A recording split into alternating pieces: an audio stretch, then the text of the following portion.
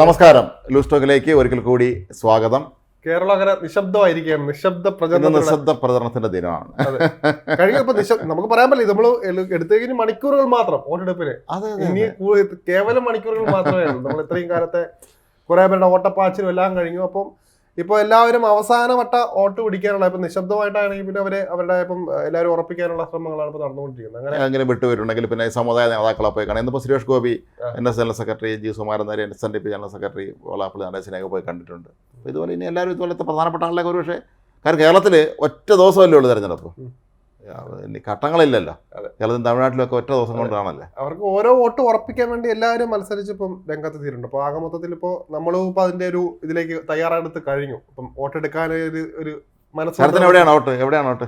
എന്റെ അവിടെ തന്നെയാണ്, ആറ്റുകാൽ അവിടെ തന്നെയാണ് വോട്ട് വരുന്നത്. തിരുവനന്തപുരം മണ്ഡലത്തിലെ വോട്ടാണ് ഏറ്റവും നിർണായകമായ വോട്ട് എന്ന് പറയാം. കാരണം കേരളം ഉറ്റുനോക്കുന്ന മണ്ഡലങ്ങളിൽ പ്രധാനപ്പെട്ട ഒന്നുകൂടിയാണ്. തീർച്ചയായും അതുകൊണ്ട് മണ്ഡലം വളരെ പ്രധാനപ്പെട്ടത് തന്നെയാണ്. ഇത്തവണ നമ്മൾ ഇപ്പോൾ ചർച്ചകളിലൊക്കെ വരുന്നുണ്ട് ആർക്കായിരിക്കും വോട്ട്. പക്ഷേ നമുക്ക് അത് വെളിപ്പെടുത്താൻ ഇവിടെ പറ്റില്ല. പക്ഷെ എന്നാലും ഞാൻ പറയാറുണ്ട്, അവിടത്തൊക്കെ പറയുന്നുണ്ട് ഇന്ന ആൾക്കാർക്ക് വോട്ട് ചെയ്യുന്നെന്ന് പറയുന്നുണ്ട്. നമുക്ക് മനസ്സിൽ കൃത്യമായിട്ടൊരു ധാരണ വരുത്തിയിട്ടുണ്ട്. അപ്പൊ എന്തൊക്കെയാണ് വിശകലനം ചെയ്തിട്ട്. എന്റേത് ആറ്റിങ്ങൽ മണ്ഡലത്തിലാണ്. എൻ്റെ വോട്ട് ആറ്റിങ്ങൽ മണ്ഡലത്തിലാണ്. രാവിലെ അല്ലെങ്കിൽ ഉച്ചയ്ക്ക് ശേഷം ഇവിടുത്തെ സൗകര്യം നോക്കിയിട്ട് എങ്ങനെയാണെന്ന് വെച്ചാൽ പോയി വോട്ട് ചെയ്യണം. അതെ, നമുക്ക് എനിക്കൊന്ന് സർക്കാർ സ്ഥാപനങ്ങൾക്കും വാണിജ്യ സ്ഥാപനങ്ങൾക്കെല്ലാം അവധി പ്രഖ്യാപിച്ചിട്ടുണ്ട്. പക്ഷെ ഒരിക്കലും അവധിയില്ലാത്തത് മാധ്യമ സ്ഥാപനത്തിനാണല്ലോ. നമുക്ക് വേറെ വഴിയില്ലല്ലോ. നമുക്ക് എന്ത് സംഭവിച്ചാലും നമുക്ക് അതന്നെ ഏറ്റവും കൂടുതൽ നമുക്ക് ഈ ചാനലുകൾ പൈസ ഉണ്ടാക്കുന്നതും ആകെ ഇലക്ഷൻ ദിനത്തിലാണ് വരുന്നത്. അത് വേറെ കാര്യം. നമ്മളെ സംബന്ധിച്ച് നമ്മള് അങ്ങനെ ഓൺലൈൻ ആയതുകൊണ്ട് നമ്മൾ പരസ്യം സ്വീകരിക്കുന്നവരല്ലാത്തതുകൊണ്ട് വേറെ രീതിയിൽ കാര്യങ്ങൾ പോകും. അതെ, അങ്ങനെ ഒരു ഇത് കൂടെ ഉണ്ട്. അപ്പം ഇലക്ഷൻ ചേട്ടൻ എങ്ങനെയാണ് അപ്പം വോട്ടിനെ കുറിച്ച് എന്താണ് ചേട്ടൻ ആറ്റിങ്ങൽ മണ്ഡലത്തിലെ പ്രവർത്തനങ്ങൾ എങ്ങനെയാണ്? ഞാൻ ആറ്റിങ്ങൽ മണ്ഡലത്തിൽ സർവേക്ക് പോയ ആളാണല്ലോ. അപ്പോൾ അതുകൊണ്ട് തന്നെ ഒരു പക്ഷേ ഈ സർവേകൾ എപ്പോഴും അതുപോലെ ഭരിക്കണമെന്നൊന്നുമില്ല. നമ്മുടെ സർവേകളൊക്കെ ഫലങ്ങൾ മാറി മറിയാം. എന്തായാലും എല്ലാവരും വളരെ ആവേശത്തിലാണ്. പിന്നെ വീട്ടിലേക്ക് അവർ ഫോൺ ചെയ്തിരുന്നു, എന്നെ വിളിച്ചിരുന്നു. ഞാൻ 20 കിലോമീറ്റർ ദൂരമാണല്ലോ താമസിക്കുന്നത്. അപ്പോൾ കുടുംബ വീട്ടിലാണ് എനിക്ക് വോട്ടുള്ളത് കൊണ്ട് തന്നെ അവിടുത്തെ ഒരു പാർട്ടിയുടെ ആൾ വിളിച്ചിരുന്നു. അവർ അവിടെ സ്ലിപ്പ് കൊടുത്തിട്ടുണ്ട്, അടുത്ത വീട്ടിൽ കൊടുത്തിട്ടുണ്ടെന്നൊക്കെ പറഞ്ഞു. അപ്പോൾ എന്തായാലും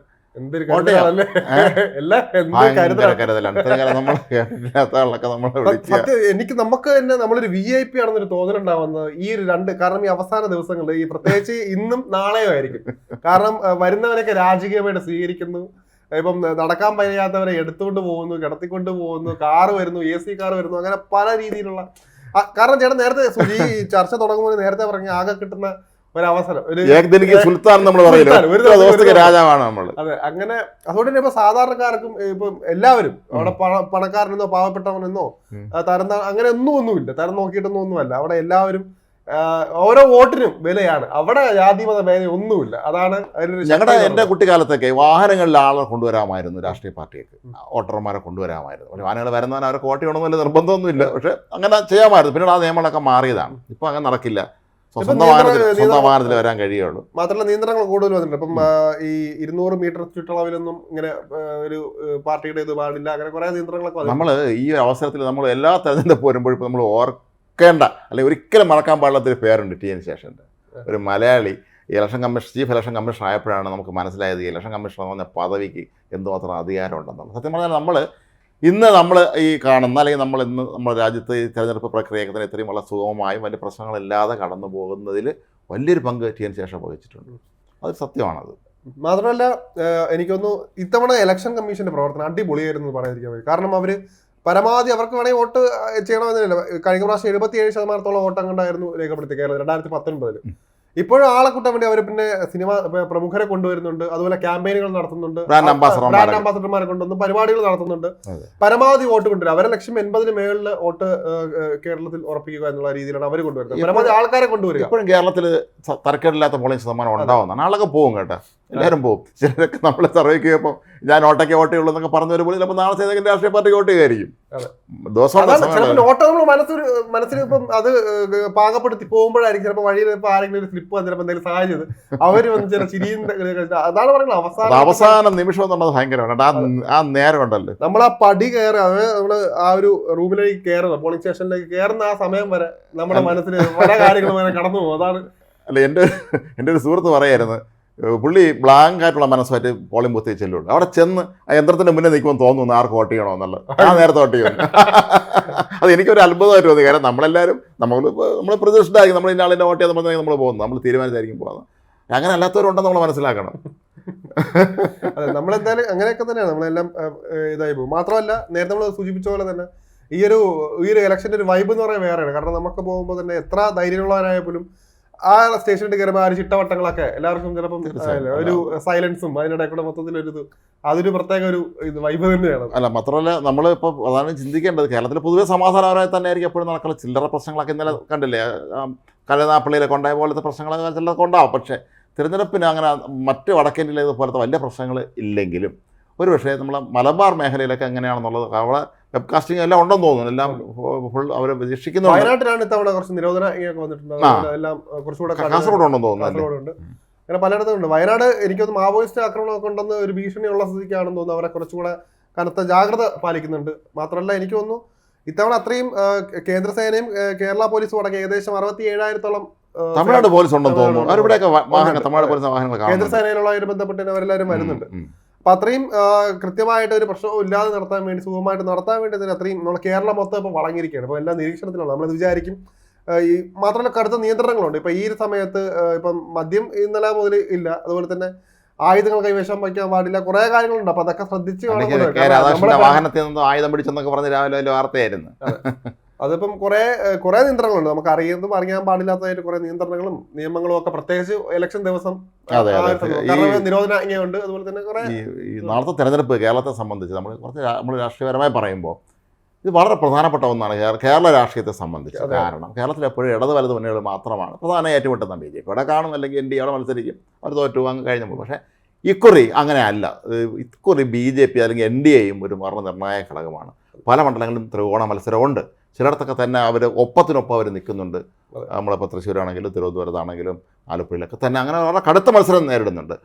ഇത് വളരെ പ്രധാനപ്പെട്ട ഒരു കാര്യമാണ്. കാരണം ഭാവിയിൽ ഒരുപക്ഷേ ഈ BJP പോലുള്ള രാഷ്ട്രീയ പ്രസ്ഥാനത്തിന് കേരളത്തിൽ എത്രമാത്രം പ്രസക്തിയുണ്ട് എന്നുകൂടി തിരിച്ചറിയുന്ന ഒരു തെരഞ്ഞെടുപ്പായിരിക്കും. അത് ഏറ്റവും വലിയ മാറ്റമായിട്ട് തോന്നുന്നത് പണ്ടൊക്കെ ആയിരുന്നു നമ്മൾ പത്രവാർത്ത കണ്ടാലും UDF LDF തരം ആരിച്ചിരിക്കുന്നതായിരുന്നു. ഇപ്പോഴത്തെ വാർത്തകൾ ഇന്ന് വന്നാലും ത്രികോണ പോര്, കേരളത്തിൽ ത്രികോണ പോര് നടക്കുന്നത് അങ്ങനെ രീതിയിലാണ് പത്രവാർത്തകളെല്ലാം തന്നെ വരുന്നത്. അപ്പൊ തന്നെ നമ്മൾ ഇതിനകത്ത് ആരും എഴുതി തള്ളാൻ പറ്റുന്നില്ല. ഇല്ല, 3 പാർട്ടികളും പ്രബലരായി തന്നെ നിൽപ്പുണ്ട്.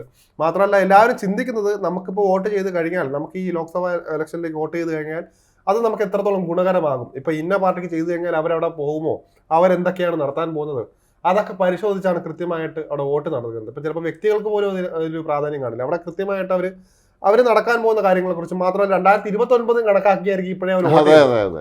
അതുകൊണ്ട് തന്നെ 2029 നമ്മൾ വിചാരിക്കുന്ന ഇപ്പോഴത്തെ തെരഞ്ഞെടുപ്പ് ചേട്ടൻ പറഞ്ഞ പോലെ തന്നെ വലിയൊരു ട്വിസ്റ്റാണ് ഉണ്ടാകുന്നത്. 2029 ഏറ്റവും സുപ്രധാനമായിരിക്കും. അപ്പോൾ ഇത്തവണ ഇപ്പോൾ LDFനെ സംബന്ധിച്ച് തങ്ങൾ കഴിഞ്ഞ ആ ഒരു സീറ്റാണ് കിട്ടിയത്. പിന്നീട് മണി ഗ്രൂപ്പ് വിട്ടുപോയപ്പോഴാണ് ചാഴിക്കാടൻ നസീർ ഒന്നുകൂടെ കിട്ടിയത്. അങ്ങനെ ആണെങ്കിൽ 2 പറയാം. പക്ഷേ ഇക്കുറി അതൊന്നുകൂടെ ആവർത്തിക്കുക, അതല്ല UDF 2020 അങ്ങ് അടിക്കുക ചെയ്യുകയാണെങ്കിൽ LDF വളരെ നിർണായകമായ പ്രതിസന്ധിയിലെത്തും. അടുത്ത നിയമസഭാ തെരഞ്ഞെടുപ്പ് 2026-ലാണ്, 24 പകുതിയാറായി. ഫലത്തിലാണെങ്കിൽ ഇന്നൊരു വളരെ കുറച്ച് നാളെ ഇനിയേ ഉള്ളൂ. അപ്പോൾ അങ്ങനെ ഒക്കെ നോക്കുമ്പോൾ അത് LDFനെ സംബന്ധിച്ച് നിർണായകമാണ്. UDFനെ സംബന്ധിച്ചും കഴിഞ്ഞ തവണ അവർ ലോക്സഭാ തെരഞ്ഞെടുപ്പിൽ മികച്ച വിജയം നേടാൻ കഴിഞ്ഞു. അത് കഴിഞ്ഞ് അവർക്ക് പക്ഷേ നിയമസഭയിൽ തുടർഭരണം ഉണ്ടാവുന്നവർ സങ്കല്പിച്ചില്ല. അവർ കരുതിയത് കേരളത്തിലെ ഒരു രാഷ്ട്രീയ സ്ഥിതി അനുസരിച്ച് മാറി വരുമെന്ന് കരുതുകയും പക്ഷേ അവർ കൈവിട്ട് പോവുകയും ചെയ്തു. അപ്പോൾ ഈ ലോക്സഭാ തെരഞ്ഞെടുപ്പിൽ ഒരു പക്ഷേ നമ്മളൊരു കണക്കൂട്ടലൊക്കെ വെച്ച് നോക്കുന്നുണ്ട് കൂടുതൽ സീറ്റുകൾ UDF നേടാനാണ് സാധ്യത. നമ്മൾ സർവേ വെച്ച് നോക്കുമ്പോൾ അല്ല നമ്മളെ മൊത്തത്തിൽ മറ്റ് മാധ്യമങ്ങളുടെ സർവേയും മറ്റ് കാര്യങ്ങളും നമുക്കൊരു നിലവിലുള്ള അന്തരീക്ഷമൊക്കെ നോക്കുമ്പോൾ നമുക്ക് അതിന് സാധ്യത വളരെ കൂടുതലാണ്. പക്ഷേ അതങ്ങനെ അല്ലെങ്കിൽ നേരെ തിരിച്ചാണ് സംഭവിക്കുന്നതെങ്കിൽ ഇപ്പോൾ എന്താണ് ഈ LDFന് കുറച്ചും കൂടെ നമ്മൾ ഉദ്ദേശിച്ചതിനേക്കാളും കൂടുതൽ സീറ്റ് കിട്ടുകയും അല്ലെങ്കിൽ ഒപ്പത്തിനൊപ്പം എത്തിയാൽ അത് UDFന് വലിയ തിരിച്ചടിയായിരിക്കും. അടുത്ത നിയമസഭാ തെരഞ്ഞെടുപ്പിൻ്റെ ഒരു സൂചന കൂടിയായിരിക്കും അത്. അപ്പോൾ തദ്ദേശ ഭരണ തെരഞ്ഞെടുപ്പ് വരുന്നുണ്ട്. ഇനി ഈ പാർലമെൻറ്റ് കഴിഞ്ഞിട്ടാണല്ലോ തദ്ദേശ ഭരണം, അത് കഴിഞ്ഞാണ് അസംബ്ലി വരുന്നത്. അപ്പോൾ അങ്ങനെ ആ ഒരു നീണ്ട ഒരു നമ്മൾ അവരുടെ എല്ലാവരും മുമ്പ് രാഷ്ട്രീയക്കാരുടെ മുന്നിൽ ഒരു ടാർഗറ്റ് ഉണ്ട്. തദ്ദേശ ഭരണ തെരഞ്ഞെടുപ്പ്, നിയമസഭാ തെരഞ്ഞെടുപ്പ്. അപ്പോൾ അതൊക്കെ ഒരു പരിധി വരെ ഇവിടെ അത് തീരുമാനിക്കപ്പെടും. കാരണം ഇപ്പോൾ ത്രികോണ മത്സരം തന്നെയാണ് കേരളത്തിൽ വലിയ ശതമാനം മണ്ഡലങ്ങളിൽ നടക്കുന്നത് എന്നുള്ളത് നമുക്ക് നിഷേധിക്കാനാവാത്ത സത്യമാണ്. അതെ, ഇവരിപ്പോൾ LDF ഇപ്പോൾ ജയിക്കുന്ന പറയുന്നതിൽ പോലും അവർക്ക് ചിലപ്പോൾ 1-2 സീറ്റ് കിട്ടിയെന്നിരിക്കട്ടെ, പക്ഷെ അതൊരു നേട്ടമായിട്ടൊന്നും കണക്കാക്കാൻ പറ്റില്ല. മാത്രമല്ല ഏറ്റവും പ്രബലരായ നേതാക്കളാണ് ഇവർ ഇറക്കിയിരിക്കുന്നത്, രംഗത്തിറക്കിയിരിക്കുന്നത്. അപ്പോൾ അവരൊക്കെ ജയിച്ചു പോയാൽ ഇനി 2026 വരെ ആരുണ്ട് എന്നൊരു ചോദ്യമുണ്ട്. അവർ ജയിച്ചു പോയാൽ അപ്പോൾ നമ്മൾ ഈ പ്രതീക്ഷിക്കുന്ന അപ്പം അത് തിരിച്ചടിയാവുന്ന മറ്റൊരു രീതിയിലായിരിക്കും അവർ. കാരണം വരുമ്പോൾ ഇനി ഇത്രയും ഈ ഒരു 1-2 സീറ്റ് മാറിയാൽ പോലും അവരെ സംബന്ധിച്ച് അതൊരു തിരിച്ചടി തന്നെയായിരിക്കും. മാത്രമല്ല ഞാനിത് കഴിഞ്ഞ ദിവസം നമ്മൾ സംസാരിക്കുകയായിരുന്നു, ഈ കേരളത്തിൽ നിലവിൽ 5 MLA തെരഞ്ഞെടുപ്പ് മത്സരിക്കുന്നുണ്ട്. സപ്പോസ് ഈ 5 പേരും ജയിച്ച് നിരിക്കട്ടെ, അങ്ങനെയാണെങ്കിൽ ബൈ ഇലക്ഷൻ നടത്തണ്ടേ? 5 ബൈ ഇലക്ഷൻ നടത്തണം. അത് തെരഞ്ഞെടുപ്പ് കമ്മീഷന് മാത്രമല്ല, മൊത്തം നമുക്ക് നമുക്ക് വേണ്ടി തൊന്തരമാണ്. നമ്മളൊക്കെ പിന്നെ ഇവിടെ എൻ്റെ MLA മത്സരിക്കുന്നില്ല എന്തായാലും ഭാഗ്യത്തിന്. നിങ്ങളവിടെ തിരുവനന്തപുരത്ത് നിങ്ങൾ MLA ആരും ഇല്ലല്ലോ, ഇല്ല. മറ്റ് പല മേഖലകളിലുണ്ട്, കൊല്ലത്തൊക്കെ ഉണ്ട്.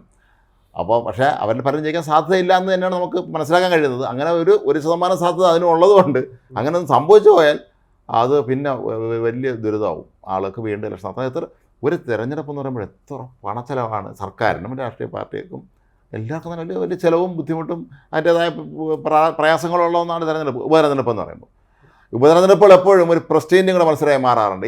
ഈ തെരഞ്ഞെടുപ്പ് പോലെ അല്ലല്ലോ ഇത്. നമ്മൾ നോർമൽ പോലെ മറ്റത് പിന്നെ എല്ലാവരും കൂടെ ചെന്ന് ഈ 1-2 മണ്ഡലത്തിൽ കോൺസെൻട്രേറ്റ് ചെയ്ത് അവിടെ പ്രവർത്തിക്കുന്നു. പിന്നെ അതിൻ്റെ ഒരു വിജയവും പരാജയവും ഒക്കെ ചർച്ച ചെയ്യപ്പെടുന്നു. അപ്പോൾ അതങ്ങനെ ഒരു കാര്യമുണ്ട്. അപ്പോൾ അത് വെച്ചൊക്കെ നോക്കുമ്പോൾ ഇക്കുറി എനിക്ക് തോന്നുന്നത് ഏറ്റവും അധികം MLA കളത്തിറക്കിയിരിക്കുന്നത് LDF തന്നെയാണ്. ഇനിയിപ്പോൾ അറിയേണ്ടത് നമുക്ക് ഇതിനകത്ത് എന്തൊക്കെയാണ് കേരളം തീരുമാനിക്കാൻ പോകുന്നത്. കാരണം നമുക്ക് നേരത്തെ പറഞ്ഞ പോലെ തന്നെ കേരളത്തിന്റെ മനസ്സ് നമുക്ക് വായിച്ചെടുക്കാൻ പെട്ടെന്ന് പറ്റില്ല. മറ്റേതുപോലെ ആരാണ് നമുക്ക് ഇപ്പൊ കേന്ദ്രത്തിലെല്ലാം എന്ത് നടക്കും, അല്ലെങ്കിൽ ഇപ്പം ഹിന്ദി ഹൃദയഭൂമിയിലൊക്കെ എന്ത് നടക്കും നമുക്ക് കൃത്യമായിട്ട് പറയാൻ പറ്റുമെങ്കിൽ പോലും കേരളത്തിന്റെ കാര്യം ഇപ്പോഴും നമുക്ക് പ്രവചനം ചെയ്തിട്ടുള്ളതാണ്. ഇപ്പൊ നമ്മളിപ്പോൾ തിരുവനന്തപുരത്ത് തന്നെ എനിക്ക് ഞാൻ നേരത്തെ പറഞ്ഞ പോലെ തന്നെ ആര് ജയിക്കും, ഇപ്പം ഒരു UDF BJP പോരാണ് പറഞ്ഞെങ്കിൽ അവിടെ ഇപ്പം LDFന് 2ാം സ്ഥാനം അല്ലെങ്കിൽ 3ാം സ്ഥാനം കൊണ്ട് തൃപ്തിപ്പെടേണ്ടി വരുമെന്നും കണക്കുകളുണ്ട്. പക്ഷെ ഇവിടെ നമുക്ക് 1ാം സ്ഥാനം ആർക്കും ഇവിടെ ഇപ്പോഴും നമുക്ക് കൃത്യമായിട്ട് പ്രവചിക്കാൻ പറ്റുന്നില്ല. അത് എപ്പോഴും അങ്ങനെയാണ്. ഞാൻ പറഞ്ഞില്ല, ഞങ്ങൾ ഇലക്ഷൻ പോയി ഇത് സർവേക്ക് പോയി, സർവേയിൽ ആളുകൾ വോട്ട് ചെയ്ത് നമ്മൾ കാണുന്നില്ല, അവർ പെട്ടിലിടുകയാണ്. പക്ഷേ നമ്മളല്ലാതെ സംസാരിക്കുമ്പോൾ പലരും അനുകൂലമായി സംസാരിച്ച് രാജേന്ദ്ര ശേഖരനാണ്. പക്ഷേ നമ്മൾ സർവേ എടുത്ത് നോക്കിയപ്പം അല്പം കൂടെ മുൻതൂക്കം ശശി തരൂരാണ്. പക്ഷേ അന്ന് നമ്മൾ നമുക്കത് അങ്ങനെ ഉറപ്പിക്കാനൊന്നും പറ്റില്ല. നമുക്ക് ഇനി എന്തും സംഭവിക്കുക ഇനിയുള്ള സമയത്തൊക്കെ തന്നെ. എങ്കിൽ പോലും ഈ 3 മുന്നണികളെ സംബന്ധിച്ച് അവരുടെ വളരെ പ്രധാനപ്പെട്ട ഇതൊരു വലിയ ഒരു ദിശാസൂചികയായി മാറി ഈ തെരഞ്ഞെടുപ്പ്. മനസ്സിലല്ലേ? BJPക്ക് ഇത്തവണ കേരളത്തിൽ വിജയിക്കാൻ കഴിഞ്ഞാൽ ഒരു സീറ്റെങ്കിലും അവർക്ക് നേടാൻ കഴിഞ്ഞാൽ പിന്നെ അത് ഒരു കേരള രാഷ്ട്രീയത്തിന് വലിയ മാറ്റം ഉണ്ടാകും. അതെ, മാത്രമല്ല ഇവരിപ്പോ എനിക്കൊന്ന് കണ്ണൂർ പൊളിറ്റിക്സിലെല്ലാം എപ്പോഴും വെച്ച് കളിക്കുന്നത് BJPനെ ഒരു കാർഡ് ഇറക്കിയിട്ടാണ്. ഇപ്പൊ തന്നെ വലിയ വിവാദമായിരിക്കുന്നത് എനിക്ക് തോന്നുന്നു. അവസാന വട്ടത്തിൽ നമ്മൾ പുതിയ വിവാദം കണ്ടതാണ് കെ സുധാകരൻ, അതുപോലെ തന്നെ EP ജയരാജൻ എല്ലാവരും ഇറങ്ങിയിട്ടുണ്ട്. അത് പറയുന്നത് ഇപ്പം EP ജയരാജൻ അടുത്ത് BJP പോകാൻ പോകുന്നു സുധാകരൻ പറയുന്നു. അങ്ങനെ സുധാകരൻ നേരത്തെ BJP ചേരാൻ പോകുന്നു എന്നുള്ള രീതിയിൽ പ്രസിഡന്റ് ആയില്ലായിരുന്നെങ്കിൽ BJP സംസ്ഥാന പ്രസിഡന്റ് ആവുമായിരുന്നു. EP തിരിച്ചടിക്കുന്നു. എന്നിട്ട് ഇനി അവിടെ മഹാരാഷ്ട്രയിൽ നമ്മുടെ ഗവർണർ ചുമതല കൊടുത്തു, പക്ഷെ വിരട്ടിയിട്ട് കൊണ്ട് പോയില്ല എന്നൊക്കെ രീതിയിലുള്ള വലിയ രീതിയിൽ അദ്ദേഹം പറയുന്നു രംഗം അങ്ങോട്ട് പോകാൻ ശ്രമിച്ചു എന്ന് പറയുന്നു. അപ്പോൾ ഇതൊക്കെ വെച്ച് നോക്കുമ്പോൾ BJPയെ സംബന്ധിച്ച് BJP കേരള രാഷ്ട്രീയത്തിലും ഒരു നിർണായക ശക്തിയായി മാറുമോ ഇല്ലയോ എന്ന് തിരഞ്ഞെടുപ്പ് കഴിയുമ്പോൾ അറിയാം. അത് ഉറപ്പായിട്ടുണ്ട്. കാരണം നമ്മൾ എനിക്ക് അവസാനത്തെ 10 വർഷത്തെ ഒരു കണക്ക് മാത്രം എടുത്താൽ മതി BJPയിലൊരു വളർച്ച. ഇപ്പൊ 2014 ശേഷമുള്ള ഒരു മാറ്റം നമ്മൾ നോക്കിയാൽ മനസ്സിലാവും. അതാണ് നമ്മൾ നോക്കേണ്ടത്, അല്ലാണ്ട് ജയിക്കുമോ തോറ്റു എന്നതല്ല. ഈ ഒരു വളർച്ച ഒരിക്കലും ഗ്രാഫ് താഴോട്ട് പോകുന്നില്ല, ഉയർന്നുകൊണ്ടിരിക്കുകയാണ്. അതുകൊണ്ട് തന്നെ ഇവരിങ്ങനെ പരസ്യപ്പോര് പറയുമ്പോൾ ഇപ്പൊ BJP ഇപ്പം നടുക്ക് നിർത്തി അവര് പരസ്പരം കൊമ്പ് നോക്കുമ്പോൾ അവരൊരു സൈഡിൽ കൂടെ അങ്ങനെ മുന്നേറിക്കൊണ്ടിരിക്കുകയാണ്. അത് വേറൊരു കാര്യമാണ്. ഇവര് അപ്പം നോക്കേണ്ടത് ഇവര് എതിരിട്ട് നിൽക്കാന്നല്ലാണ്ട് ഇവരിങ്ങനെ പറഞ്ഞ് ജയിക്കുക എന്നല്ലാണ്ട് കൃത്യമായ ഒരു എന്താ പറയാനാണ് ഇവർക്കെതിരെ പോരാടാനൊരു ശേഷിയൊന്നും ഇല്ലാത്ത രീതിയിലൊക്കെ അവർ മാറിക്കൊണ്ടിരിക്കുകയാണ്. LDFനെ സംബന്ധിച്ച് അവരുടെ നിർണായകമാണ്. കാരണം അല്ലെങ്കിൽ ദേശീയ പദവി എന്നുള്ള ആ പദവി നഷ്ടപ്പെട്ടു, നേരെ സീറ്റ് കിട്ടില്ലെങ്കിൽ കേരളത്തിൽ ഉൾപ്പെടെ. കാരണം പണ്ട് ഒരു കാലത്ത് അവർ പിടിച്ചേക്കാമായിരുന്നു, പശ്ചിമ ബംഗാളും ത്രിപുരയിലും ഒക്കെ ഉണ്ട്. ഇപ്പോൾ നേരെ തിരിച്ചാണ്. ഇപ്പോൾ ത്രിപുരയിലും പശ്ചിമ ബംഗാളിലൊക്കെ വട്ടപൂജ്യമാണ്. അതാണ് അവസ്ഥ.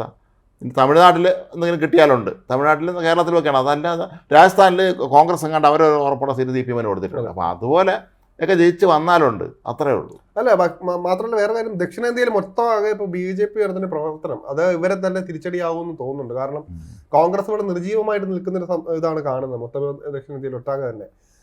ഇപ്പോൾ നമ്മൾ നേരത്തെ പറഞ്ഞ പോലെ തന്നെ ഇപ്പൊ മോദിയുടെ കടന്നു വരും, അമിത്ഷാ വരുന്നുണ്ട്. അങ്ങനെ പ്രബലരായ നേതാക്കൾ കേരളം മാത്രം ലക്ഷ്യമിട്ട് വരുന്നത്. എനിക്ക് തോന്നുന്നു ഈ ഇലക്ഷൻ കഴിഞ്ഞാൽ അവർ നിർത്തുന്നില്ല. പ്രധാനമന്ത്രി ഏറ്റവും തവണ സന്ദർശിച്ച സംസ്ഥാനങ്ങളിലൊന്നും ഒരുപക്ഷെ കേരളമായിരിക്കും. അതുകൊണ്ട് അവരെന്തായാലും എനിക്ക് തോന്നുന്നു ഇലക്ഷൻ കഴിഞ്ഞാൽ അവർ പ്രവർത്തനം നിർത്തില്ല എന്ന് തന്നെ തോന്നുന്നു. കാരണം ഇനിയും വരാൻ പോകുന്നത് 2026 കൂടെ ലക്ഷ്യമിട്ടാണ്. നമുക്കറിയാം ഈ ഒരു കാര്യത്തിൽ ഇപ്പം മോദിയിലും അമിത്ഷായിലും എത്രത്തോളം കാലന്മാരാണെന്ന് നമുക്ക് മനസ്സിലാവും. ഈ ഒരു കാര്യത്തിൽ കൃത്യമായിട്ട് ചിലപ്പോൾ നടത്തും. അതുകൊണ്ട് തന്നെ വരാൻ ഇരിക്കുന്ന തെരഞ്ഞെടുപ്പും കൂടെ മുൻകൂട്ടി കണ്ട് കേരളത്തിൽ ഇപ്പോൾ സാധാരണ നമ്മൾ കാണാറുള്ളത് എന്തെങ്കിലും പോയി കഴിഞ്ഞാൽ ഇട്ടിട്ട് പോവുകയാണ്. കാരണം എനിക്ക് അമേഠി രാഹുൽ ഗാന്ധി കളഞ്ഞിട്ട് തൊട്ടതിന് ശേഷം പിന്നെ അങ്ങോട്ട് അല്ല അത് ആവശ്യത്തെക്കുറിച്ച് ഞാനിന്നൊരു വീഡിയോ ചെയ്തിട്ടുണ്ടായിരുന്നു. അപ്പോൾ അത് പ്രധാനമായും നമ്മൾ അഖിലേഷ് യാദവ് യു പിയിലെ മുൻ മുഖ്യമന്ത്രിയാണ്, അദ്ദേഹം അവിടുത്തെ പ്രദേശ നേതാവാണ്. അഖിലേഷ് യാദവ് വീണ്ടും കനൗജ് മണ്ഡലത്തിൽ മത്സരിക്കുകയാണ് അദ്ദേഹം. കഴിഞ്ഞ അത് ശരിക്കും പറഞ്ഞാൽ അത് ഇവരുടെ കുടുംബ മണ്ഡലമായിരുന്നു. മുലായം സിംഗ് യാദവും അഖിലേഷ് യാദവ് സഹധർമ്മിണി ഡിംപിൾ യാദവ് ഒക്കെ ജയിച്ചിട്ടുള്ളതാണ്. കഴിഞ്ഞ തവണ ഡിംപിൾ യാദവ് പരാജയപ്പെട്ടു. പക്ഷേ ആ മണ്ഡലത്തിൽ ഇത്തവണ അഖിലേഷ് യാദവ് മത്സരിക്കാൻ തയ്യാറായി മുന്നോട്ട് വന്നിരിക്കുകയാണ്. അത് നമ്മൾ സമ്മതിക്കണം. കാരണം വേണമെങ്കിൽ അഖിലേഷ് യാദവിന് വേറെ ജയിക്കാൻ സാധ്യതയുള്ള ഈ സമാജ്വാദി പാർട്ടി കുറച്ചുകൂടെ സ്ട്രോങ് ഹോൾഡായിട്ടുള്ള സാധ്യത മത്സരിക്കാമായിരുന്നു. ഒരിക്കലും നഷ്ടപ്പെട്ടു പോയ തങ്ങളുടെ കുടുംബ സീറ്റ് തിരിച്ചു പിടിക്കാൻ വേണ്ടി തന്നെയാണ് അഖിലേഷ് യാദവ് രംഗത്തിറക്കുന്നത്. രാഹുൽ ഗാന്ധി ഇതൊന്ന് കണ്ട് മനസ്സിലാക്കേണ്ടതാണ്. രാഹുൽ ഗാന്ധിക്ക് എന്തുകൊണ്ട് റായ്ബറേലിയിലും അമേത്തിയിലോ കൂടെ മത്സരിച്ചുകൂടെ? കേരളത്തിലും വയനാട്ടിൽ ജയിക്കുമെന്ന് എന്തായാലും ഉറപ്പാണ്.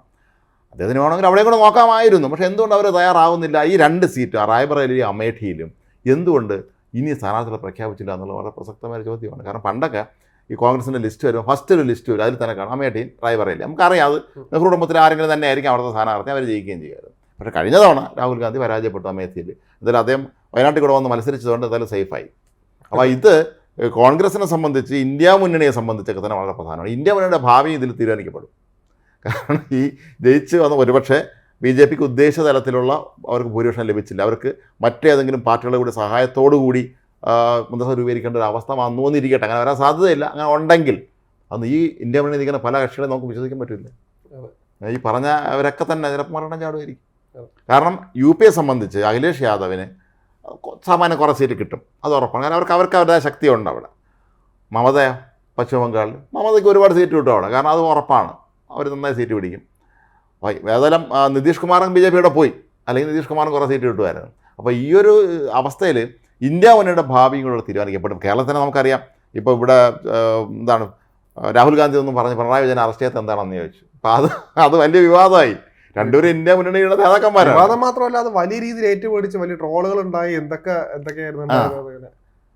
അപ്പോൾ അതുകൊണ്ട് തന്നെ ഇനി സമൂഹ മാധ്യമങ്ങൾ ഏറ്റെടുത്ത് വലിയ രീതിയിൽ അത് ചർച്ചയൊക്കെയായി. ഇനിയിപ്പം വേറൊരു കാര്യം, അമേഠി ഇപ്പോൾ ഒരു ചോദ്യചിഹ്നമായിട്ട് ഇപ്പം ഭാദ്ര വരുന്നെന്ന് പറഞ്ഞു.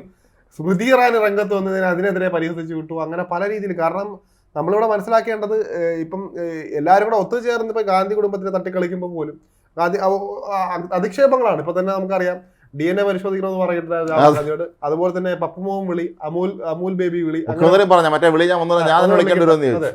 അങ്ങനത്തെ രീതിയിൽ വരുമ്പോഴത്തേക്ക് നമ്മൾ ചിന്തിക്കേണ്ട ഒരു കാര്യം, ഇതിങ്ങനെ കൈവിട്ട് പോകുമ്പോഴുള്ള കാര്യം എന്ന് പറഞ്ഞാൽ നമ്മൾ എല്ലാം കൂടെ തകർന്നു പോവുകയാണ്. കാരണം ഇന്ത്യ മുന്നണിയൊക്കെ അങ്ങനെ ശക്തമായിട്ട് നിൽക്കുമെന്ന് പറഞ്ഞാൽ പോലും ഇവരൊക്കെ നട്ടലായിട്ടാണ് ഇവരൊക്കെ കണക്കാക്കേണ്ടത്. അതെ. അപ്പൊ അതുകൊണ്ട് പോകുമ്പോൾ അങ്ങ് മൊത്തത്തിൽ ഒലിച്ചു പോകാതിരിക്കാൻ നോക്കുക. കാരണം ഇവിടെ സർവാധിപത്യം തുടരാൻ വേണ്ടി അവരിങ്ങനെ നിൽക്കുകയാണ് മറുവശത്ത്. അപ്പം അത്രത്തോളം ശക്തരായാൽ മാത്രമേ. പക്ഷേ അവിടെയാണ് കോൺഗ്രസിൻ്റെ ഒരു പ്രശ്നമുള്ളത്. ഈ മുന്നണിയിൽ, ഇന്ത്യ മുന്നണിയിൽ ഏറ്റവും വലിയ പാർട്ടി, ഏറ്റവും പഴയ പാർട്ടി എന്ന് പറയുന്നത് കോൺഗ്രസ് തന്നെയാണ്. തീർച്ചയായും എല്ലാ സംസ്ഥാനങ്ങളിലും യൂണിറ്റുള്ള പാർട്ടി തന്നെയാണ് കോൺഗ്രസ്. അത് കരുതുന്നത് സംശയം. അവർക്ക് എന്തുകൊണ്ട് ഇത് സംഭവിച്ചു എന്നുള്ളതാണ്. അവർ ഗ്രാസ് റൂട്ട് ലെവലിൽ എന്തുകൊണ്ട് അവർക്കിതൊന്നും ചെയ്യാൻ കഴിയാതെ പോയി എന്നുള്ളത് നമ്മൾ സ്വാഭാവികം ചിന്തിക്കേണ്ടി വരും. കേരളത്തിലെ CPM-നെയൊക്കെ സംബന്ധിച്ച്, അല്ലെങ്കിൽ BJPയെ സംബന്ധിച്ച് അവർ ഗ്രാസ് റൂട്ട് ലെവലിൽ ബന്ധമുണ്ട്. CPM-നും അല്ലെങ്കിൽ BJPക്കാണെങ്കിലും ഗ്രാസ് റൂട്ട് ഒരു കാര്യം ചെയ്യണമെങ്കിൽ അവർക്ക് വളരെ ഈസിയാണ്. പക്ഷേ കോൺഗ്രസ്സിലോ അത് എത്രത്തോളം പ്രായോഗികമാകും? അപ്പോൾ എല്ലാവരും നേതാവാണ് അവിടെ. കോൺഗ്രസ് അറിയില്ല. എല്ലാവരും നമ്മൾ കോൺഗ്രസ് പരിപാടി സ്റ്റേജിൽ ഈ താഴെ ഇരിക്കുന്നതിനേക്കാൾ ജനങ്ങൾ സ്റ്റേജിൽ കയറിയിരിക്കും. അല്ല, ആദ്യം ഓടിപ്പറച്ച് വന്ന് കസേര കയറി കസേര തന്നെ വീടില്ല. പലപ്പോഴും സംഭവിക്കാറുള്ളത് ആ സ്റ്റേജ് പൊളിഞ്ഞുകൊണ്ടിരുന്നു ചില തരങ്ങളിലൊക്കെ. പിന്നെ ചിലർ ചെയ്യുന്നത് വല്ല കൂടിയ VIP അയാൾക്ക് കസേര ഉണ്ട്, ആരും കണ്ട ഭാഗം കാണിക്കുക, എല്ലാവരും മാനത്ത് പോയിക്കൊണ്ടിരിക്കുക. അപ്പം ഒരു കസേര ഉണ്ടെന്ന് അവരെ മുമ്പേ ഇടും. അതൊക്കെയാണ് രീതി. അപ്പോൾ അതൊക്കെ മാറിയിട്ട് നല്ല ചെറുപ്പക്കാരെ കൊണ്ടുവരണം. ഞാൻ കഴിഞ്ഞ ദിവസം നെടുങ്കണ്ടം എൻ്റെ വീട്ടിൽ പോകുന്ന ദിവസം അവിടെയൊക്കെ എല്ലാ രാഷ്ട്രീയ പാർട്ടികളുടെയൊക്കെ ഈ പ്രചരണ പരിപാടികൾ നടക്കുന്നത് കാണുന്നുണ്ട് എല്ലായിടത്തും. അപ്പം ഇടതുപക്ഷത്തെ സംബന്ധിച്ച് അല്ലെങ്കിൽ BJPയെ സംബന്ധിച്ച് ചെറുപ്പക്കാരാണ് അവിടെയൊക്കെ വോട്ട് പിടിക്കാൻ ഇതിനൊക്കെ നടക്കുന്നത്. പക്ഷേ കോൺഗ്രസിനെ തിരിച്ചാണ്, ചെറുപ്പക്കാരെണ്ണം കുറവാണ്. നല്ല പ്രായമുള്ള ആളുകളാണ് അവിടെ വോട്ട് ചോദിക്കാൻ വരുന്നത്. അപ്പോൾ അവർക്ക് പലർക്കും ഒരു വീട്ടിൽ ചെല്ലുമ്പോൾ അവർ എന്തെങ്കിലും 4 ചോദ്യം ഇങ്ങോട്ട് ചോദിച്ചാൽ ശരിക്കും ഉത്തരം പറയാൻ പോലും ഇവർക്ക് എത്ര പേർക്ക് അറിയാമെന്ന് നമുക്ക് സംശയിക്കേണ്ടി വരും. അപ്പോൾ അത് കോൺഗ്രസിൻ്റെ ഒരു അവസ്ഥയാണ് കാണിക്കുന്നത്.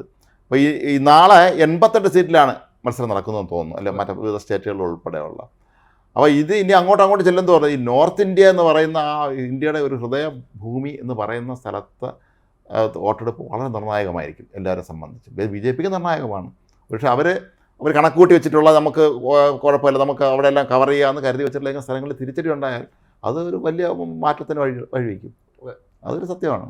അവരെ സംബന്ധിച്ച് എനിക്ക് തോന്നുന്നു അവര് 100% വിശ്വസ്ത ഉണ്ട് കിട്ടുമെന്നുള്ള രീതിയിൽ അവർ പറയുന്നുണ്ട്. എനിക്കൊന്ന് 350-ലേറെ സീറ്റ് BJP നേടുമെന്നും 400 കിട്ടും, എൻ ഡി എ കിട്ടും എന്നാണ് പ്രതീക്ഷിക്കുന്നത്. പക്ഷേ നമ്മൾ എത്ര കൂട്ടിയൊക്കെ കിട്ടും അത്രയും എത്തുന്നില്ല.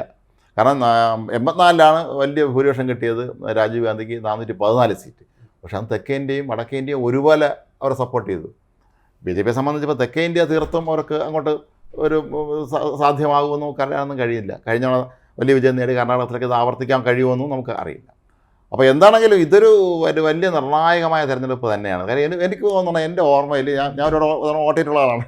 ഏറ്റവും വളരെ പ്രവചിക്കാൻ പറ്റാത്തൊരു തെരഞ്ഞെടുപ്പ് തന്നെയാണ് ഇത്. പണ്ടൊക്കെ ലോക്സഭാ തെരഞ്ഞെടുപ്പ് നമ്മൾ പഠിക്കുന്ന സമയത്തൊക്കെ ലോക്സഭാ തെരഞ്ഞെടുപ്പ് നടക്കുമ്പോഴൊക്കെ അന്ന് പലപ്പോഴും സംഭവിക്കാറുള്ളത് കൂടുതലും കോൺഗ്രസിന് അനുകൂലമായിട്ടായിരിക്കും വരുന്നത് MP-മാർ. കാരണം വെച്ചാൽ കേന്ദ്രത്തിൽ ശക്തമായ ഭരണം വേണമെന്ന് എല്ലാവരും ആഗ്രഹിക്കും. അന്ന് കേന്ദ്രം ഭരിക്കുന്ന സ്ഥിരം കോൺഗ്രസ് ആണല്ലോ. ആ അവസ്ഥ അങ്ങ് മാറുകയും കോൺഗ്രസിന് ഈ കേന്ദ്രത്തിലെ ഭരണം നഷ്ടപ്പെടുകയൊക്കെ ചെയ്ത് കഴിഞ്ഞാൽ പിന്നെ എല്ലാം മാറുകയാണ്. അപ്പോൾ അത് ഒരു വളരെ പ്രധാനപ്പെട്ട ഒരു ഘടകം തന്നെയാണ് കേന്ദ്രത്തിലെ ആര് ഭരിക്കാൻ വരുന്നു എന്നുള്ളത്. അപ്പം ഒരുപക്ഷെ BJPക്ക് തുണയാകാൻ സാധ്യതയുള്ളതും ഈ ഒരു കാര്യമാണ്. അത് അങ്ങനെയാണ്. കാരണം നമ്മുടെ ഈ മന്ത്രിമാരടക്കം നമ്മൾ ചെയ്യുന്നത് അങ്ങനെയാണ്. കാരണം നമ്മൾ ചോദിക്കുന്നു തന്നില്ല ഇങ്ങനെ പറയുമ്പോഴത്തേക്കും നമുക്ക് വേണ്ടത് സുപ്രീം പവറാണ് വേണ്ടത്, അല്ലാണ്ട് ചോദിച്ചുകൊണ്ടിരിക്കുന്ന ആളെ അല്ല വേണ്ടത്. അങ്ങനെ തീരുമാനിക്കുന്നവർക്ക് എന്തായാലും സ്വാഭാവികമായിട്ടും നമ്മൾ കേന്ദ്രം ഭരിക്കുന്ന ആളെ തന്നെ പോകണോ എന്നുള്ള തീരുമാനിക്കും. അങ്ങനെ ചിന്തിക്കുന്നവർക്ക് എനിക്ക് പലപ്പോഴും തോന്നിയിട്ടുള്ള കാര്യം വെച്ചാൽ നമ്മളെ അച്ഛനമ്മ നമ്മളെ പഠിപ്പിച്ച് മുഴുവൻ വലുതായാലേ പിന്നെ നമ്മളെ മാർഗം നോക്കുക. പിന്നെ നമ്മളെ അച്ഛനമ്മേൻ്റെ അടുത്ത് നിന്ന് എനിക്ക് പൈസ വേണമെന്ന് നമ്മൾ ചോദിക്കുന്നത് എന്തൊരു ഭീകരമായ അവസ്ഥയാണ്. അപ്പോൾ അതുപോലെ എല്ലാ സംസ്ഥാനങ്ങളും പരമാവധി അവരെ വിഭവങ്ങളൊക്കെ വെച്ച് സ്വയം പര്യാപ്തമാക്കണം. നമുക്കിവിടെ ആകപ്പാടെ ഒരു ലോട്ടറി ഉണ്ട്, മദ്യമുണ്ട്. ഇതല്ലാതെ നമുക്ക് വേറെ ഒന്നുമില്ല. അപ്പോൾ ഇതിൽ നിന്നൊക്കെ നമുക്കൊരു മാറ്റം വരണം, നമുക്ക് വികസനം വരണം. അത് വളരെ പ്രധാനപ്പെട്ട നരേന്ദ്രമോദിയെ സംബന്ധിച്ച് അദ്ദേഹം ഉയർത്തുന്ന ഏറ്റവും പ്രധാനപ്പെട്ട കാര്യങ്ങൾ വികസനം തന്നെയാണ്.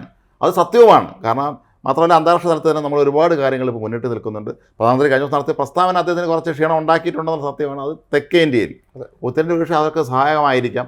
തെരഞ്ഞെടുപ്പ് കമ്മീഷൻ അദ്ദേഹത്തോട് അവിടുത്തെ വിശദീകരണം തേടിയിട്ടുണ്ട് പാർട്ടിയോട്.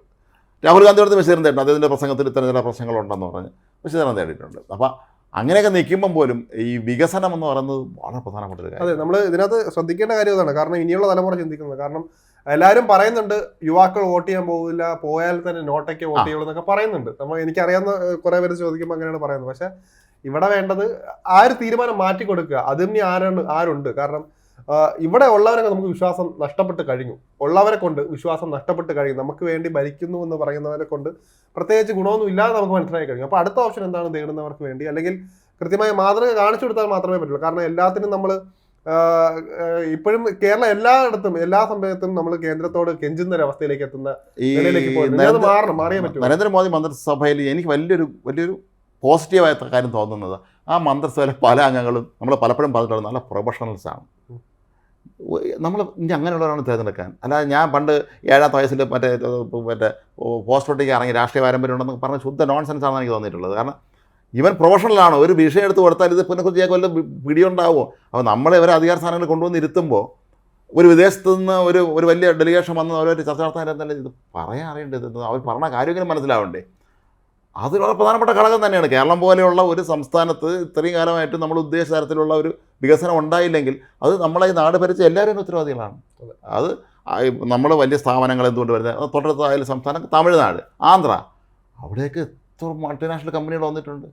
ഇവിടെ വരുമാനം പൂട്ടിക്കാനും ഹർത്താൽ ഓടിക്കാനൊക്കെ ശ്രമിച്ചിട്ടുണ്ട്. അത് തന്നെയാണ് ഇപ്പോൾ ഇവിടെ ആരുടെ ചോദിച്ചതെന്ന് പറയാം. ഇവിടെ ജോലി കൃത്യമായിട്ട് ഇപ്പം നമുക്ക് വലിയ ജോലി ഉണ്ടെന്ന് പറയും. അവിടെ ശമ്പളം ചോദിച്ചാൽ പലർക്കും പറയാൻ മടിയായിരിക്കും. കാരണം അത്രയും ഇവിടുത്തെ കേരളത്തെ പോലെ നമുക്ക് മനസ്സിലായി. ഒരു ചായ കുടിക്കാൻ ചിലപ്പം ചോദിച്ചു കഴിഞ്ഞാൽ വൈകുന്നേരം ഒരു ചായ കുടിക്കാൻ പറയുമ്പോൾ ഇത് മാസാവസാനമാണ്, അല്ലെ ഇതാണ് പൈസ ഇല്ലാന്ന് പറയുന്ന അവസ്ഥയിലേക്ക് കാര്യങ്ങൾ എത്തിയിരുന്നു. അതുകൊണ്ട് തന്നെ ഇനി അങ്ങനെ കാരണം മറ്റുള്ള നമ്മൾ ഇന്ത്യയെ നോക്കിയാൽ മതി. ഇന്ത്യയിലെ മറ്റ് സംസ്ഥാനങ്ങളിൽ എന്തുകൊണ്ട് അവർക്ക് കൃത്യമായ ശമ്പളം, അല്ലെങ്കിൽ കേരളത്തിലുള്ളവർ തന്നെ മറ്റിടത്ത് പോകുന്നു. നമ്മൾ ഡൽഹിയിലും കർണാടകയിലും ബാംഗ്ലൂരും ചെന്നൈയിലും കോയമ്പത്തൂരും ഒക്കെ പോകുമ്പോൾ ഇവിടെ ഉള്ളവർ മാത്രം കേരളത്തിലുള്ളവർ ഇവിടെ നിന്ന് പോവുകയാണ്. ഇവിടെ നിൽക്കാൻ വയ്യ. കാരണം അത്രയും ഗതികേടാണ്. ജോലി ചെയ്ത് അതിനുള്ള വേതനം കിട്ടുന്നുണ്ടോ? ഇല്ല, അതൊന്നുമില്ല. അതുകൊണ്ട് തന്നെ യുവാക്കളെ സംബന്ധിച്ച് എല്ലാം തന്നെ വോട്ട് ചെയ്യുമ്പോൾ ഇതൊക്കെ പ്രതിഫലിക്കും എന്നാണ് ഉറപ്പ്. എന്തായാലും തീർച്ചയായും കേരളത്തിൻ്റെ വികസനം ഒരു വലിയ ഒരു വിഷയം തന്നെ ആയിരിക്കാം നാളത്തെ തെരഞ്ഞെടുപ്പിൽ. ഒപ്പം കേരളത്തിലെ 3 മുന്നണികളെ സംബന്ധിച്ചും ഇത് നിർണായകമാണ്. സാധാരണഗതി നമ്മൾ തിരഞ്ഞെടുപ്പ് നിർണായകം തന്നെയാണ് എല്ലാവർക്കും. പക്ഷേ ഇത്രയും കാലം 2 മുന്നണികൾക്ക് മാത്രമായി നിർണായകമായിരുന്നു. 3ാമതൊരു മുന്നണി കൂടി കേരളത്തിലുണ്ട് എന്നുള്ള ആ സത്യം നമ്മൾ സ്വീകരിക്കണം. ഇതിൽ ആരെ ജനങ്ങൾ സ്വീകരിക്കും എന്നുള്ളത് തീർച്ചയായും നമുക്ക് നാളെ കേരളത്തിലെ ജനങ്ങൾ അക്കാര്യം തീരുമാനിക്കും. ഏതായാലും ജൂൺ 4 നമുക്ക് ഫലം അറിയാവുള്ളൂ എങ്കിൽ പോലും കേരളത്തിലെ ജനങ്ങൾ എക്കാലത്തും വളരെ പ്രബുദ്ധരായ ഒരു ജനത തന്നെയാണ്. അപ്പോൾ അതുകൊണ്ട് നമുക്ക് പറയാനുള്ളത് എല്ലാവരും പോയി വോട്ട് ചെയ്യുക. നമ്മൾ വോട്ട് ചെയ്യാൻ പോകുന്നുണ്ട്. എല്ലാവരും രാവിലെ തന്നെ പോയി കൃത്യമായി വോട്ട് ചെയ്യുക. കാലാവസ്ഥ കുറച്ച് പ്രതികൂലമാണ്, വല്ലാത്ത ചൂടൊക്കെ ഉണ്ട്, എങ്കിലും എല്ലാവരും വോട്ട് ചെയ്യണം. നമുക്ക് കാരണം നമ്മൾ ലോകത്തെ ഏറ്റവും വലിയ ജനാധിപത്യ രാജ്യമാണ് ഇന്ത്യ. കേരളം എന്ന് പറയുന്നത് രാഷ്ട്രീയ പ്രഭുത്വതയിൽ ഏറ്റവും മുന്നിട്ട് നിൽക്കുന്ന ഒരു സംസ്ഥാനമാണ്. അപ്പോൾ ഏതായാലും നാളെ മത്സരിക്കുന്ന സ്ഥാനാർത്ഥികൾക്കെല്ലാം നമുക്ക് ആശംസ നേരാം. ഒപ്പം വോട്ടർമാർക്കും നമുക്ക് അവർക്കെല്ലാം ആശംസയും നേരാം. നമുക്ക് കാത്തിരിക്കാം. നമസ്കാരം.